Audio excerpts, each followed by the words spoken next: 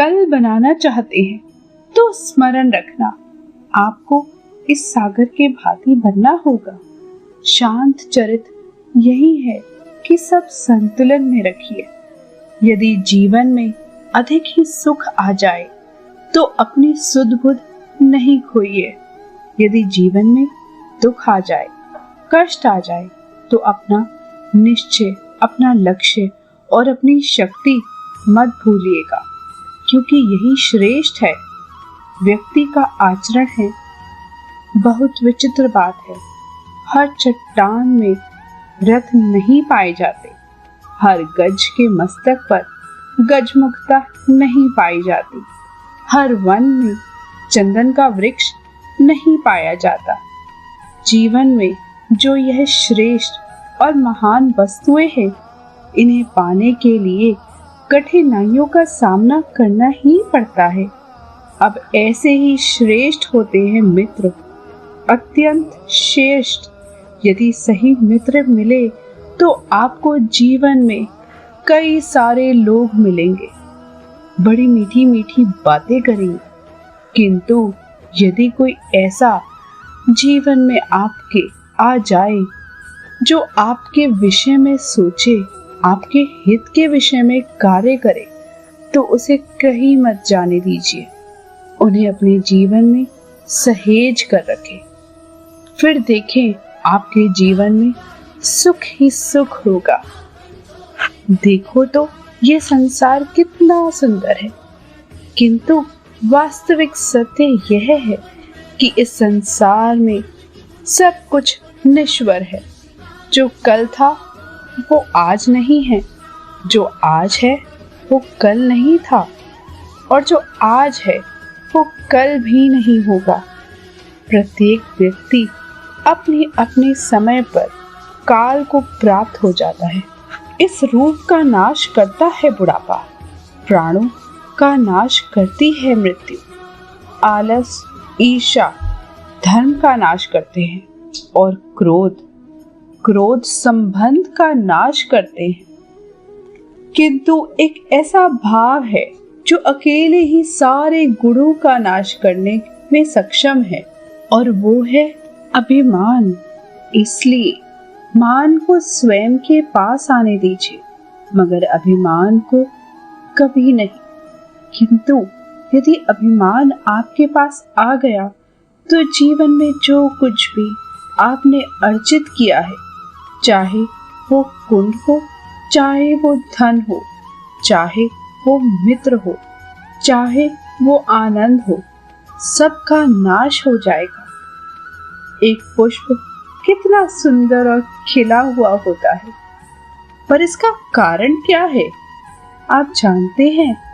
ये पुष्प नहीं जानता कि कल इसके साथ क्या होने वाला है, और ना ही ये पुष्प जानना चाहता है।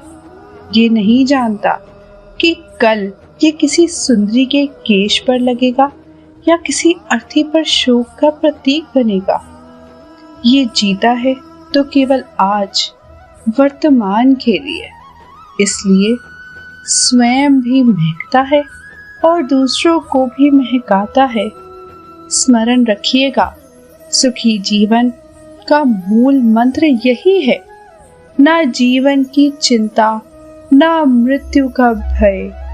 जो है वर्तमान है, इसी वर्तमान में जिए, इसी वर्तमान को भोगे, और इसी वर्तमान में अपना आनंद ढूंढे।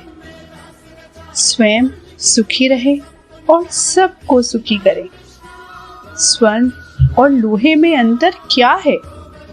अब अधिकतर लोगों का उत्तर यही होगा कि स्वर्ण बहुमूल्य है। स्वर्ण का मूल्य लोहे से कहीं अधिक है। किंतु हमें ये बात नहीं भूलनी चाहिए कि स्वर्ण हमारे श्रृंगार का कार्य करता है, हमें तनिक और सुंदर दिखाता है। दूसरी ओर लोहा उन सैनिकों की ढाल और तलवार बनकर रक्षा करता है, जो सैनिक हमारे प्राणों की रक्षा करते हैं। यदि सैनिक नहीं तो हमारे प्राण नहीं, अब बताइए, स्वर्ण का मूल्य अधिक होने से क्या लोहे का मूल्य कम हुआ? कदापि नहीं। इसी प्रकार इस जीवन में आप चाहे जितने प्रयास कर लें, कुछ ना कुछ ऐसा होगा जो आपको कभी नहीं मिलेगा। पर इसके कारण स्वयं को हीन समझ लेना अनुचित है। हो सकता है आपके पास वो गुण हो जो संसार में और किसी के पास नहीं है, तो उस गुण को समझिए, उसे बढ़ाइए और उसे सहेज करें। स्मरण रखिए, संसार में प्रत्येक व्यक्ति विशेष होता है और संसार में सभी को सब कुछ नहीं मिलता। स्वयं देख लीजिए, स्वर्ण को जिस दुकान में सहेज कर रखा जाता है, उस दुकान के ताले लोहे से ही बनते हैं। वर्षा ऋतु में जब भयानक वर्षा होती है, तीव्र गति से वायु चलती है, तब अक्सर आपने देखा होगा कि पक्षियों के घोंसले अक्सर टूट जाते हैं और नष्ट हो जाते हैं। किंतु क्या कभी आपने इन पक्षियों को विलाप करते हुए देखा है? कभी नहीं।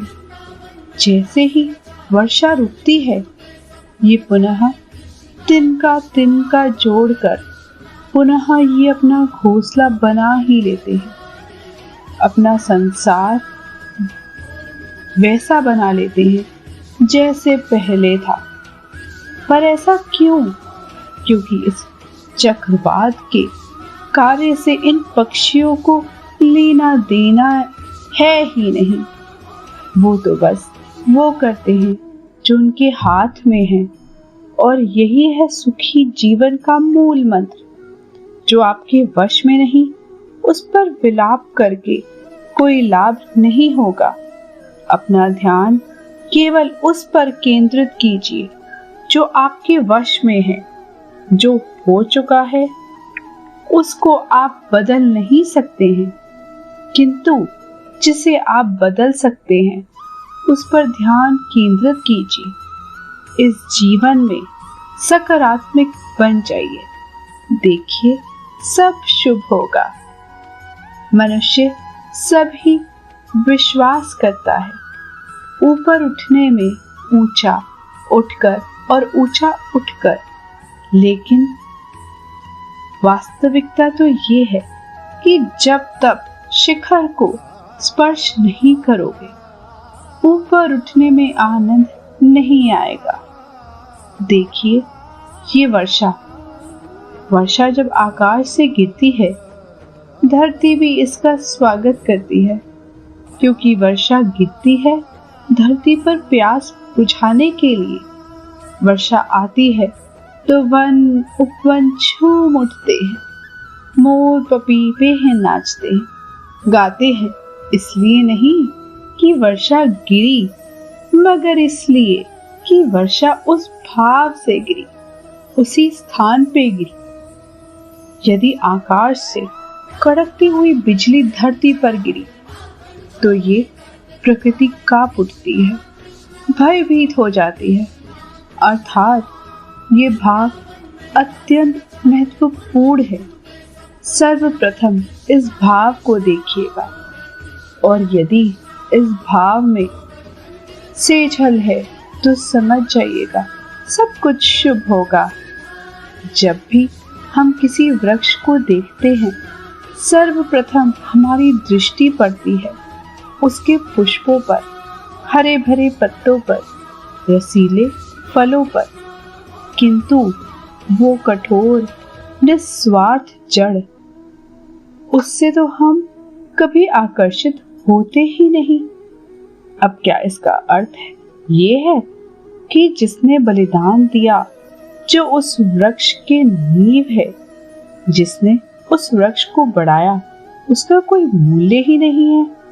नहीं, स्मरण रखिएगा, जब भी हम किसी वृक्ष को जल देते हैं, उसके पत्तों, पुष्पों या फलों को नहीं, उसकी जड़ को देते हैं। जब भी हम किसी वृक्ष की पूजा करते हैं, यही पुष्प, यही तिलक उसके जड़ को अर्पित करते हैं।